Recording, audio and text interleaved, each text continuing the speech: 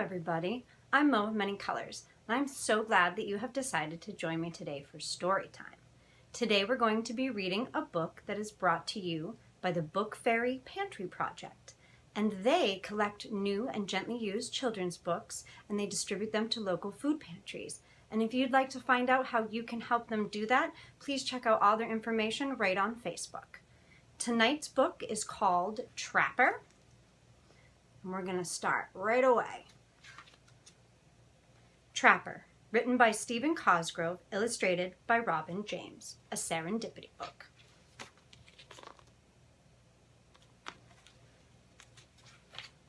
Dedicated to the harp seals of Canada, may they live in happiness on a mythical island called Samarkand.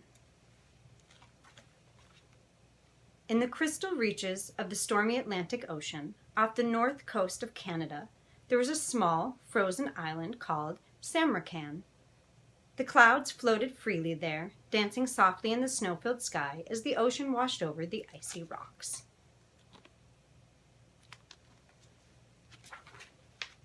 Because of the crisp, brisk weather, furry little creatures called minstrel seals came from all over to play in the cold waters of the island. They were called minstrel seals because they always sang pretty songs to the sea. The seals spent all of their days eating the delicious fish that lived deeply in the bays and sitting on the rocks and softly humming in the bright sunlight.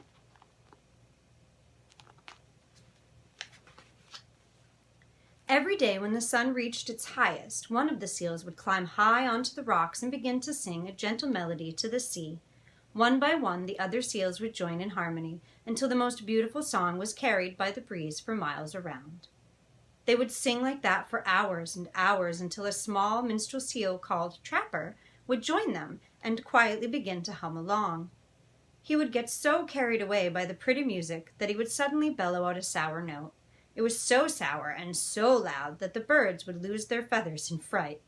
The other seals would cringe at the sound, and one by one they would slide noisily back to the sea, leaving Trapper all alone on the island of Samarkand, humming all by himself, way out of tune.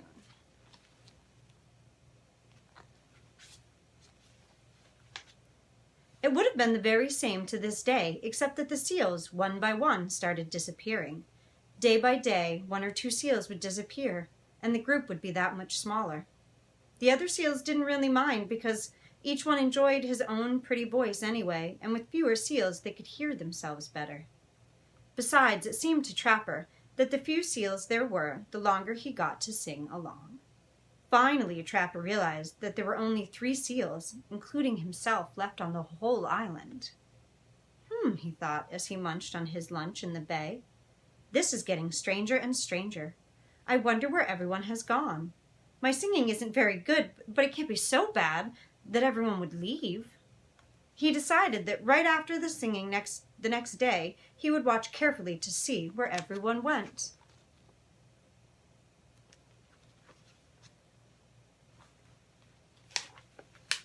The day dawned cold and bright, as did every day. Trapper played in the surf, and when the sun was at its highest, he went to join the other seals. He hummed along with the other 2 for the longest time until, as always, he sang out with a very sour note. The other 2 seals, with a tsk or 2, began sliding back into the sea.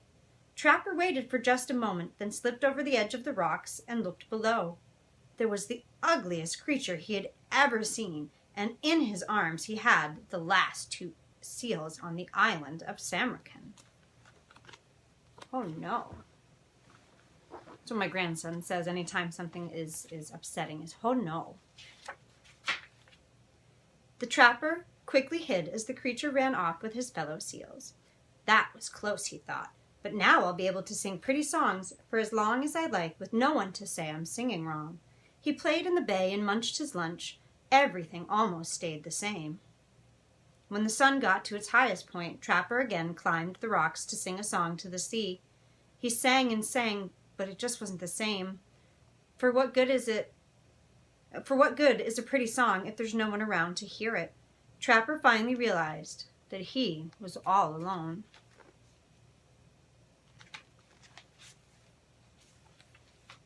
"What will I do?" he cried. "I'm afraid of the ugly creature, but without the other seals, I have nothing." He began swimming around the island, looking in all the bays for his friends, but to no avail. He climbed high onto the rocks and looked, and he searched throughout the day and long into the night, but he never found a trace of another seal.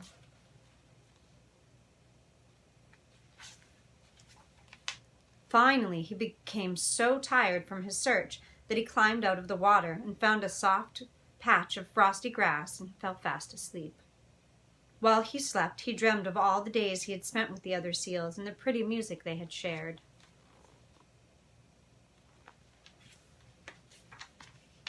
Trapper was so tired that he slept the whole night through. He probably would have slept through the day had he not been shaken awake to find himself hanging upside down. "What's going on?" he said with a yawn. Then he realized with a start that he was hanging in the arms of the creature. "Aha! So you're awake, my little singing minstrel seal. Soon you shall join your friends, and you can all sing pretty songs for me." "Who are you, and what do you want with me?" Trapper cried. "My name is Mudsock, and I like pretty things, and you are going to be part of my collection," he laughed, and with Trapper stuffed neatly under his arm, he headed away from the bay. The scary monster. Poor Trapper did not know what to do. He thought and thought, but was too scared to think of anything. "I've got to calm down so I can think," he thought. Well, the only thing that would calm him down was to sing, so he began to hum softly to himself, so softly, in fact, that the creature didn't even hear. Then, as the song built within him, he bellowed his loudest, sourest note ever. The creature was so shocked by the terrible noise that he dropped Trapper so he could hold his hands over his ears.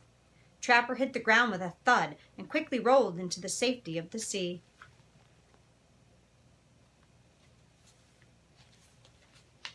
Trapper hid beneath the waves, but when he realized the creature wasn't following him, he bobbed to the surface and looked around. There on the beach before him was Mudsock, stomping his feet and raging. "Come back here, you dumb little seal! You're pretty, and I want you."